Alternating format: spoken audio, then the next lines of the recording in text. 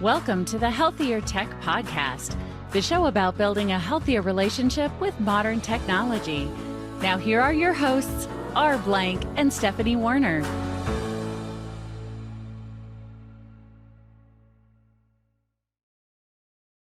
Today we're joined by Logan Lenz, which is hands down the single best name of anyone we've ever interviewed on this show. With that name, he's either a superhero or a supervillain, and we're going to figure out which. He's a seasoned marketer and technologist with a wealth of experience in managing media spends for companies and clients. His recent focus on blockchain protocols and consulting for some of the world's largest health tech and HR companies has provided him with a unique perspective on the latest trends in the industry. As the CEO of Nucleus, a venture studio that connects individuals with the psychedelics industry, he is at the forefront of exploring alternative therapies for mental health and wellness. Join us as we delve into the exciting world of healthier tech. Welcome to the Healthier Tech Podcast, Logan. Wow, thanks for having me. That was quite an intro. I am humbled to be here. Well, Great to have you. Thanks for coming on. Yeah, no, thanks. So Logan Lenz and blockchain and psychedelics. This is already one of the most exciting shows we've done, and I haven't Wolverine even asked a question. Reference already. Yeah. You didn't even mention the lens, like the eyeglass. I get that all the time. So you can go a lot of directions with my name, but I love it. Yeah. So this is R. Blank, so we understand. So I guess as a starting point, because there's a lot here that we can cover and that we will cover, how does the blockchain relate to healthcare at all? Before we even get into the question of psychedelics. Oh, we're getting right. I mean, it's a deep question. I think blockchain relates to everything. So when you say blockchain, what I hear instead is decentralization and just being a proponent of what the internet was supposed to be built for. I see user-owned everything being the future, and what better place to have a user-owned ecosystem but around your healthcare and your healthcare data. It'll make it more efficient, it'll make it more transparent, and more importantly, more cost-effective, which makes everything a little more affordable for everybody. And are there HIPAA issues with blockchain and healthcare data storage? It doesn't have to be, because the single owner of the data that would be anything sensitive would then have to generate some sort of mechanism to share that access. So if it's user-owned, of course, the user could own that, but a doctor would then only get access based off that voluntary sharing mechanism on the protocol. So like if we're talking blockchain, it's all read-write access, just like any code. And what's better than code that is immutable, that can't be penetrated, is very secure. So we just have to change our systems, but it's probably better than any secure environment and technology that we've seen before, which is partially why it's so hard to adopt, because people are so afraid of it, if we're being pretty honest about what's actually happening. So you got to break the old systems to build new ones, and the new ones are too much of a drastic change to be adopted so readily. But I see the vision. We're getting right into the nitty gritty, but that's why we're doing what we're doing with Nucleus. And then to kind of come full circle back to your first question, I've had a passion for decentralization and seeing what, specifically blockchain has brought to the world. There are so many use cases that the average person doesn't see coming, that really, really smart people and a lot of capital is going toward, that I can see becoming ubiquitous in the future. It's imminent. Yeah, so I can hear your passion. Could you educate us on just maybe one or two example use cases so that people or listeners can kind of visualize the future that you see? Oh, wow. I don't know how educated your audience is, but since we're on a health tech podcast, right, that's the subject matter here, I could focus specifically on insurance first and foremost. I mean, if you have a transparent system where there's a source of truth that suggests, here's my health facts, and here's the benefit of, some third party that is willing to be a financial instrument to the care that I need, then you have a doctor that comes into play, and all costs immediately are not fabricated. The source of truth dictates the efficiency, and it just creates these, so no middlemen and less friction, so that everybody kind of, it's a win-win on the cost effectiveness side. So we're seeing a lot of startups specifically that are working on insurance, and insurance tech has a lot of things that I could talk about that are probably proprietary, that again the industry doesn't see coming, and might be too early, might be too extreme, but are very exciting just because it would break down the whole system.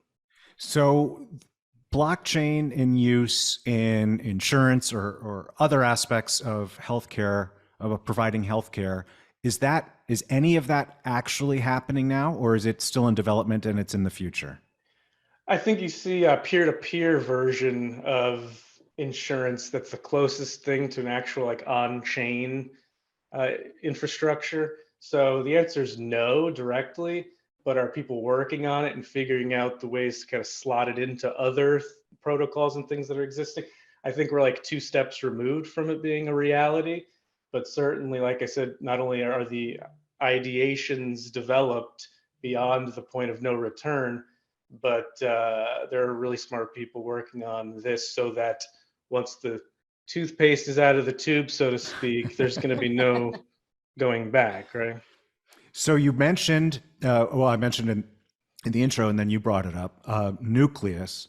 Can you talk a bit about what Nucleus is and how it fits into this vision of the future?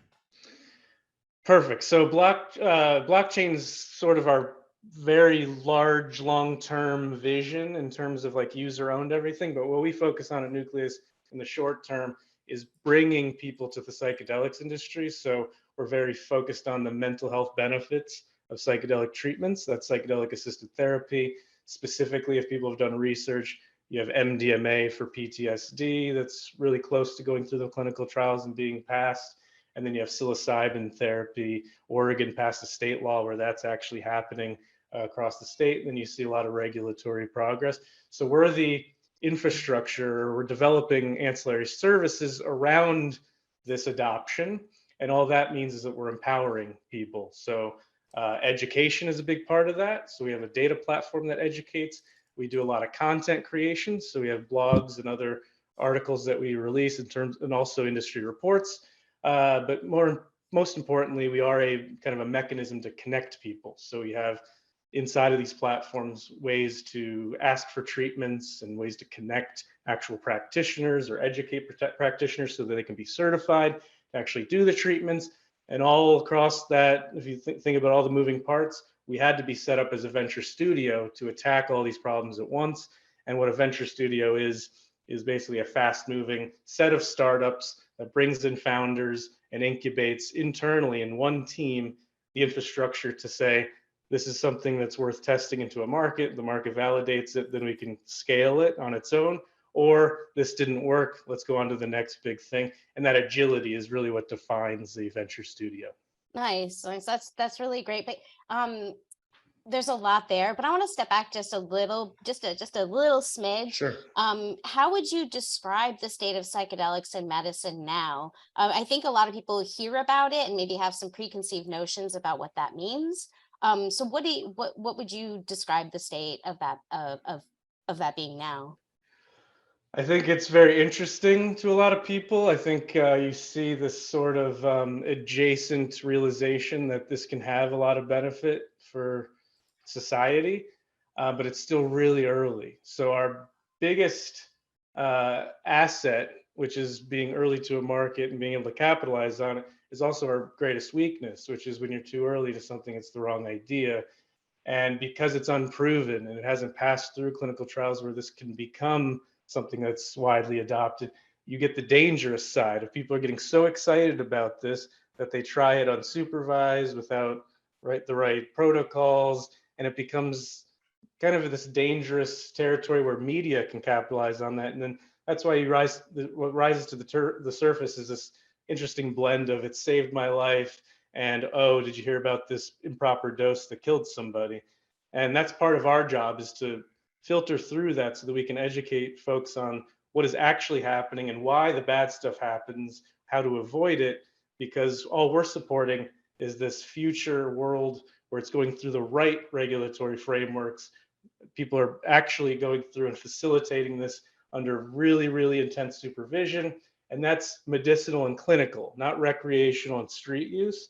So I think the state of this industry is very confused, but we look at it under this premise of people need mental health treatments, and these efficacious medicines are unavoidably here to stay, but we need to go through the rigorous process of proving that, and that just takes time. So we're in this middle ground of, well, I want it now, but you can't because it's illegal, and it's just interesting to be someone in the kind of center of that, trying to, like I said, filter through the data, try to make sure that people are understanding it in the way that you're probably asking it from this source of confusion and where do I stand with it because I don't want to do something illegal. So it's an interesting wild west, if I were to be honest. But similar to blockchain, what I mentioned about capital, we get a lot of investments coming into this industry right now because they know that the next big drug for treatment-resistant depression, addiction, anxiety, PTSD is going to be psychedelic driven or in that kind of category. So you already segued to my next question, so I'll just frame it a little differently, which is, what is the state of the actual science supporting these therapies? And I guess the way I would retweak that is, how does this research happen given the legal status of these drugs? Is enough research happening? Can enough research happen when they are controlled substances? Yeah, I mean, certainly there's a lot of data floating around. There's a lot of clinical trials, a lot of observational trials.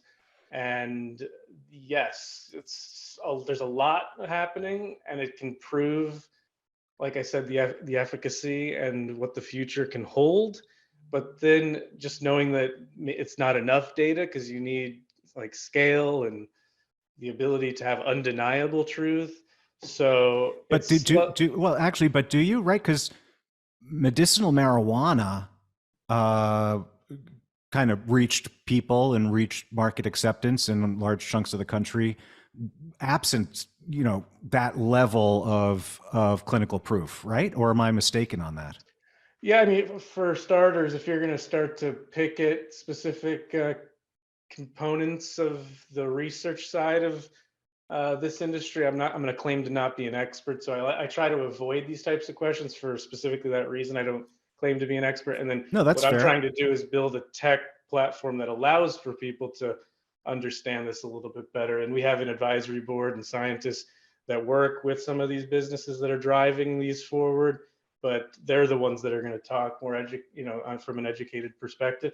But from my perspective, yeah, I mean, everything's different. What psychedelics has going against it is that there's so many different compounds, and then you have novel compounds, and you have synthetic compounds. Cannabis is like one strain, which has been around and kind of understood from a certain perspective. Yeah, and I think a lot of people were already partaking or have partook.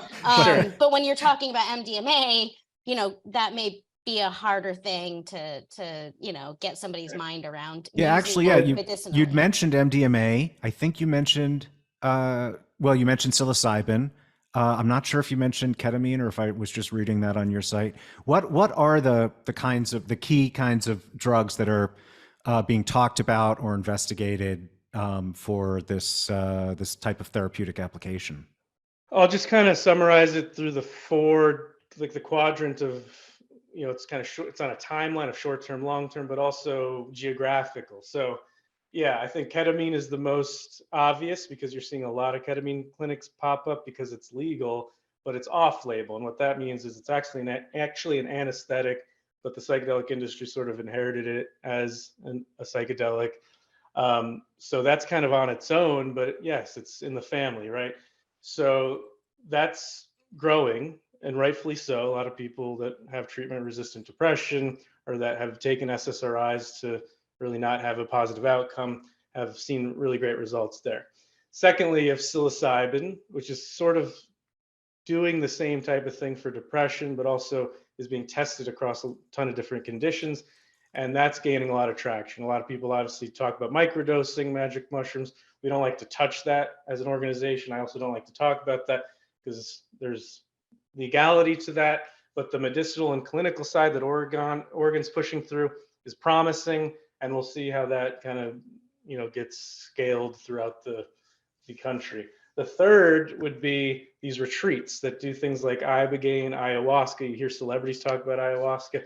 Although it's not legal here, you have a lot of Americans that seek that out, and that is happening. So a lot of people come to our platforms trying to figure out more information about these medicines, and then they might book a retreat. There's plenty of resources online, like directories that match you with the right retreats, things like that.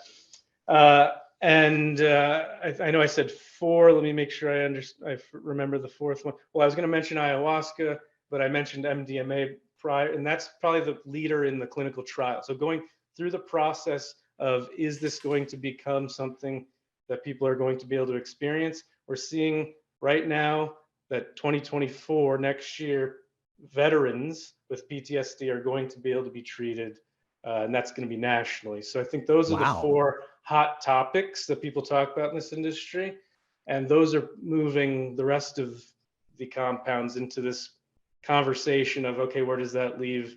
Like ibogaine for addiction has become pretty big in clinical trials in Europe, for example, and then you have some other like really old historic plant medicines that have religious and spiritual uses that I think are here to stay and will have exceptions, for those reasons. So you kind of have to pick a compound and then pick like the story that you can follow through to like see where it's going to end up. But we're in the position of being agnostic and knowing that if it benefits people and can treat them, save their lives, things like that, we're going to support it with data, support it with kind of bringing those people to understand it better so that they could do what's right for them. Great. So as the CEO of Nucleus, can you tell us a little bit more about how your company approaches connecting individuals to this industry? Sure. So as a venture studio, I'd mentioned that we build startups, and we have 3 real businesses that we kind of put in the forefront of what we've been building. The first is a data platform called Newly, that's NEULY.com. Anybody could go there and start looking up any sorts of data across this industry. That's organizations that are working on compounds, retreats. We have a practitioner directory, clinical trials, patents, courses if you want to be educated and certified to be a facilitator. It's just sort of becoming like this one source platform for whatever you're looking for. And we do reports, and that's how we monetize for our partners. Second is just education and content. So we have for the investment side of the industry, something called Psychedelic Invest, which is connecting investors or the curious people that want to do something in this industry, build, maybe start their own ketamine center. It's a good starting point where you can read articles and kind of see some other data points that we use from our Newly database. And then third, our fastest moving startup that's generating the most revenue right now is the short-term opportunity of people getting treatments in ketamine centers right now, but the doctors need more patients. People don't know they exist. So we've built a marketing arm called PsyRise that puts butts in seats and kind of goes through the intake process of targeting those that we know can use the help and getting them through their doors so that they can grow their center. And we've seen a lot of great success there. As I've mentioned, now there's close to 500 ketamine centers, and that's really just only taken off over the last few years. So, and I was actually going to ask what the revenue model is, and so I'm glad that you got there first. And please correct me if I'm wrong. I heard you on another interview, and that you said that you don't see anyone as your competition. Is that accurate, or? Yeah, I mean, I feel strongly about this whole "we're in this together," rising tide, however you want to say this. This industry is so nascent that if we were to sort of fight and even use the term like land grab, which a lot of people use for other industries that are new, that I think we were doing the actual outcomes that we're trying to achieve a disservice, and the people that we're trying to help a disservice. So I think the best way to directly answer that is that a lot of our quote unquote competitors work with us. So we all look at the same data. We all sort of like curate the same types of success stories. And if we weren't doing that, our jobs would be a lot harder. So competition is sort of, to me, rendered pointless or unapplicable to what we're trying to do to benefit the world, if that makes sense. Yeah, no, I appreciate the delicate wording of that response. So thank you. So based on your experience in both marketing and health tech, what advice would you give to entrepreneurs who are looking to make a positive impact in this sector? Ooh, yeah, I mean, specifically if we're talking psychedelics, I would say really, really think about the long term and your position to the timing of the state of when you think these things are going to actually happen. Because not only has timeline been pushed back because of the macroeconomic concerns, lack of capital, things like that, but I already mentioned that how difficult it is to change systems. We're talking high impact because of how much work goes into change. And this is a very significant change that we feel strongly about the impact, but we have to work triply as hard to kind of prove that it's of value. So I think if someone's trying to build in the space, start a business, it's obviously fascinating, but don't be distracted by the shiny object of, I'm going to get to this and make a lot of money, because there's obviously going to be demand. And think of it more on the whole, well, what kind of impact am I going to be able to make, and how do I carve myself out a niche, which is sort of hard to do when it's this early, if I'm being honest. But it's a hard question to answer because psychedelics is so narrow in what you can do. But there are still a lot of opportunities, whether that's being a doctor yourself or helping us build the infrastructure. We like to work with founders that could build technologies, and there's just so many different things that I think the industry knows it needs, that just having a little bit of understanding of what's happening could kind of tap into a lot of opportunity. Yeah, it's pretty young. I mean, it's big and it's got such big potential, but it's young, so it's hard to know, in this specific industry where it's going to go. So building something around, this tiny little, or this new technology or this new opportunity can be a little daunting.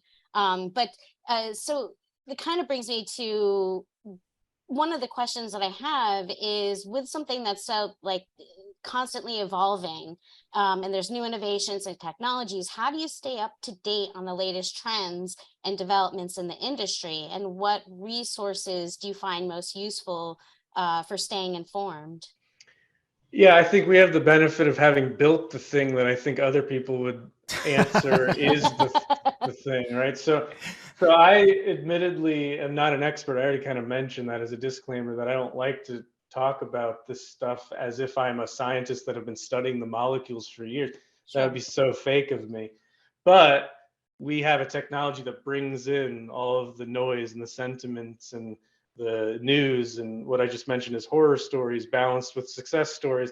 And then we curate that so that our platform can use that, and we're building machine learning and making it more intelligent so that we can compute real futuristic probabilities that the industry can leverage. So with that said, I get to see it from all sorts of angles and perspectives.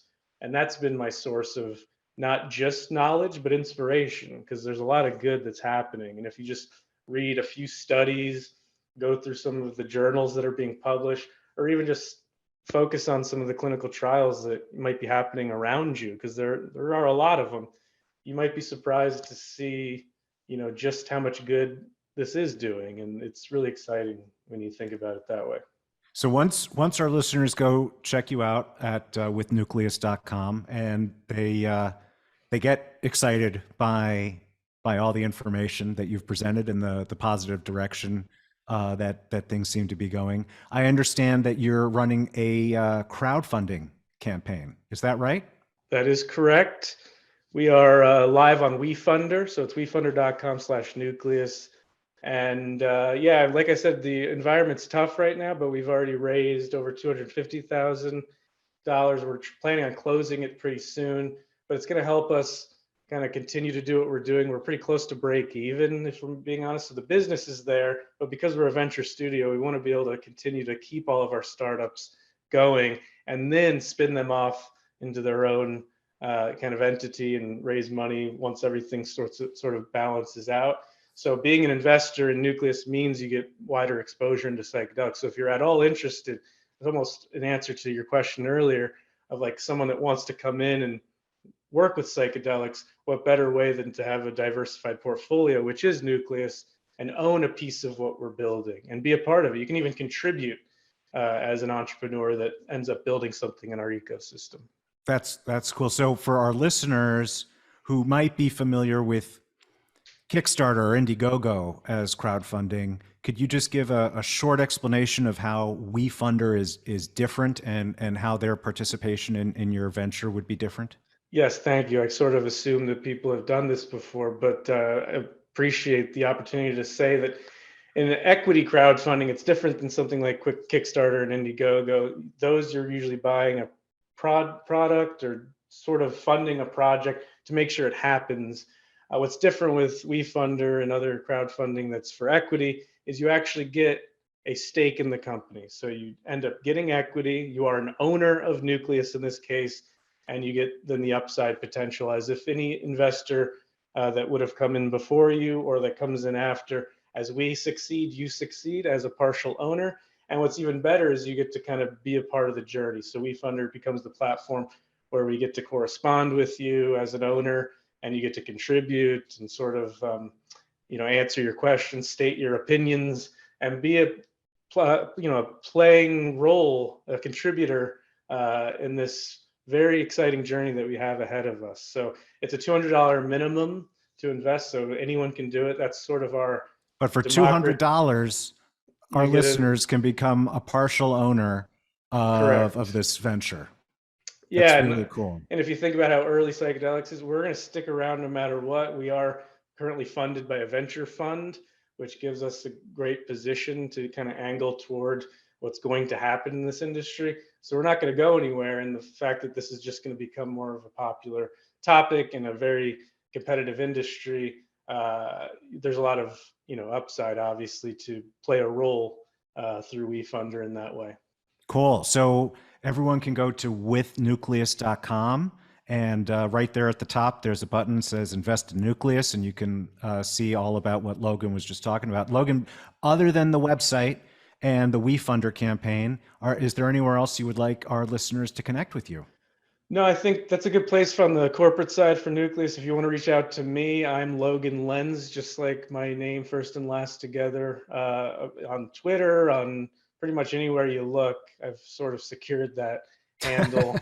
But also you can email me, Logan at any of our domains will forward to me, and I'm happy to field and talk with anybody that's listening that's wanting to have a conversation about any of this stuff. I love it. So. Cool. And we'll have all of those links in the show notes. Logan, I really appreciate you taking the time out of your day. I know running a business like that doesn't leave a whole lot of free time. So I appreciate you setting some aside to come join us on the Healthier Tech podcast and help educate us on this really interesting intersection of tech and healthcare. Yeah, it's really, really interesting. And I vote superhero. Just bring it back to the name, superhero. I'll see how much she promotes and shares the episode before coming up with a verdict. Yeah, appreciate it. But yeah, thank you for illuminating. Like, my mind was blown. I was actually more quiet than normal because there are a lot of these things I haven't really thought about before, and my mind is just kind of turning with these concepts that I hadn't put together before. And Beautiful. I really appreciate the work that you're doing, and I appreciate you coming on and sharing this with our listeners. Thank you for having me. It's been a fantastic conversation. Thank you so much for listening to this episode of the Healthier Tech podcast. Remember to check the show notes for all the links and resources mentioned in the show. Please like and subscribe to the Healthier Tech podcast on Apple, Spotify, or your podcast platform of choice.